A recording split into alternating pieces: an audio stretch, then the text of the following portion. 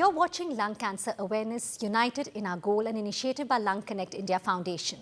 Through the last week, we have spoken with doctors, patients, patient advocacy groups, and today we speak with the caregivers, often overlooked, but who play a key role in advocating for the patient's needs.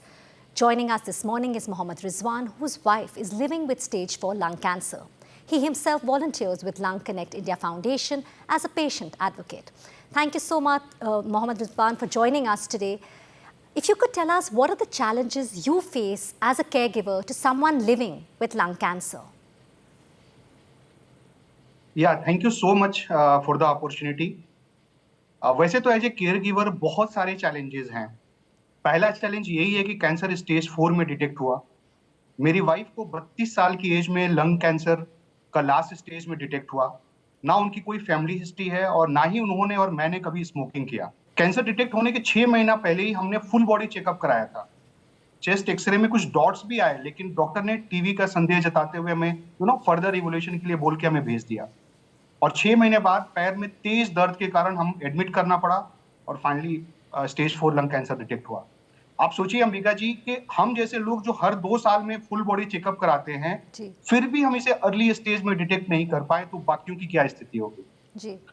इस problem के लिए मेरा मानना है कि सभी primary health care centre में medical expert oncology होनी चाहिए, जिससे कि कैंसर को हम अर्ली स्टेज में डिटेक्ट किया जा सके और लोगों की जान बचाई जा सके। जो दूसरा और सबसे बड़ा चैलेंज है वो है फाइनेंशियल टॉक्सिसिटी। कैंसर की मेडिसिन बहुत कॉस्टली है। जो मुझे लंग कैंसर में टारगेटेड मेडिसिन जो मुझे ऑफर हुई थी, उसका कॉस्ट अराउंड 85,000 से लेके 2.5 लाख पर मंथ तक का था। अब आप बताइए अंबिका जी, एक मिडिल क्लास इसे कैसे अफोर्ड कर सकता है? देखिए, मैं तो फॉर्चुनेट था कि मेरे पास इंश्योरेंस था और मेरे एम्प्लॉयर ने मेरा बहुत सपोर्ट किया। आज के डेट में मैं अपनी वाइफ का ट्रीटमेंट करा पा रहा हूं, इसका क्रेडिट मेरे ऑर्गेनाइजेशन जहां मैं काम करता हूं, इसके फाइनेंशियल सपोर्ट को जाता है। बट बाकी लोगों का क्या? लंग कनेक्ट के थ्रू मैं ऐसे बहुत सारे केयर गिवर से मिला हूं जिन्होंने टारगेटेड मेडिसिन में अपनी सारी सेविंग्स लगा दिया है और आज आर्थिक तंगी से गुजर रहे हैं। सोचिए अंबिका जी, मेडिसिन होते हुए भी लोग इसे अफोर्ड नहीं कर पा रहे हैं।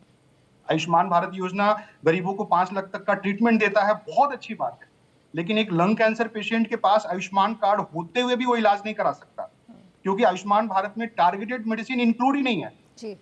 मुझे उम्मीद है कि आज नहीं तो कल गवर्नमेंट इसे जरूर इंक्लूड करेगी, लेकिन जब तक लोगों की जो जान जा रही है उसका क्या?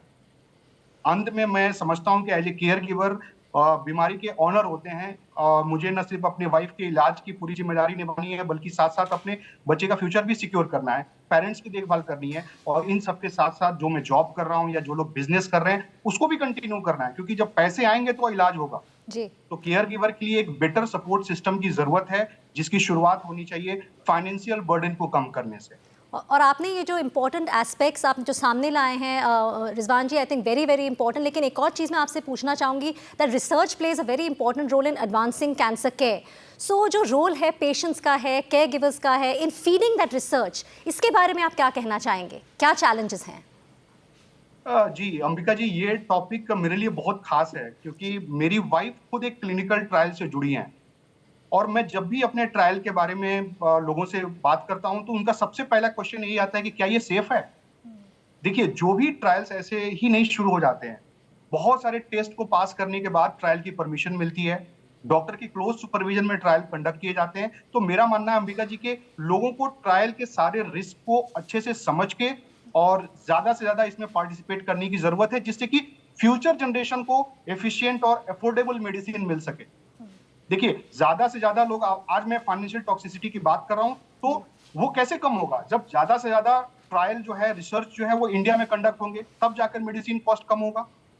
और लोगों को अगर जानना है तो ये सारे trials clinical trial registry of India के वेबसाइट पे मौजूद हैं। और लंग कैंसर की अगर ट्रायल की मैं बात करूं तो आज के डेट में 238 ट्रायल मौजूद हैं। और ट्रायल में पार्टिसिपेट करने के लिए आपको भी जैसे पता होगा कि बहुत सेट ऑफ पैरामीटर्स होते हैं। तो कोई इंडिविजुअल ये अगर जानना चाहे कि मेरे पेशेंट के पैरामीटर के अकॉर्डिंग इंडिया में कहां-कहां ट्रायल चल रहे हैं, ये जानना बहुत मुश्किल है। इसके लिए उसको सारे डेटा को एनालाइज करना पड़ेगा। तो ट्रायल को और बेहतर और इसको प्रमोट करने की जरूरत है, और उसके लिए सबसे ज्यादा जरूरत है कि पेशेंट फ्रेंडली इंफॉर्मेशन वेबसाइट पे मौजूद हो, जिससे जो लोग भी पार्टिसिपेट करना चाहते हैं एटलीस्ट उनको सही इंफॉर्मेशन मिल सके। आज के डेट में डॉक्टर भी इस समस्या से जूझ रहे हैं कि उन्हें सही पैरामीटर वाले पेशेंट नहीं मिल पा रहे हैं। तो इन प्रॉब्लम को देखते हुए मैंने खुद ये डिसाइड किया है कि लंग कैंसर के रिलेटेड जितने भी एक्टिव ट्रायल्स हैं उनके डेटा को मैं एनालाइज करूंगा और एक पेशेंट फ्रेंडली डेटाबेस में लंग कनेक्ट टीम को दूंगा, जिससे कि वो अपने इस डेटा को अपने वेबसाइट पे डाल सकें, ताकि कम से कम एटलीस्ट लंग कैंसर के ट्रायल में मैं लोगों की मदद कर सकूं। तो एंड में मैं लंग कनेक्ट इंडिया फाउंडेशन का बहुत आभारी हूं, जिसके माध्यम से मैं एनडीटीवी से जुड़ सका। मैं जितने भी लंग कैंसर पेशेंट मुझे सुन रहे हैं उनसे मैं अपील करता हूं कि आप लंग कनेक्ट से जुड़ें। ये प्लेटफॉर्म पेशेंट और केयर गिवर को free of cost support and guidance provide करता है।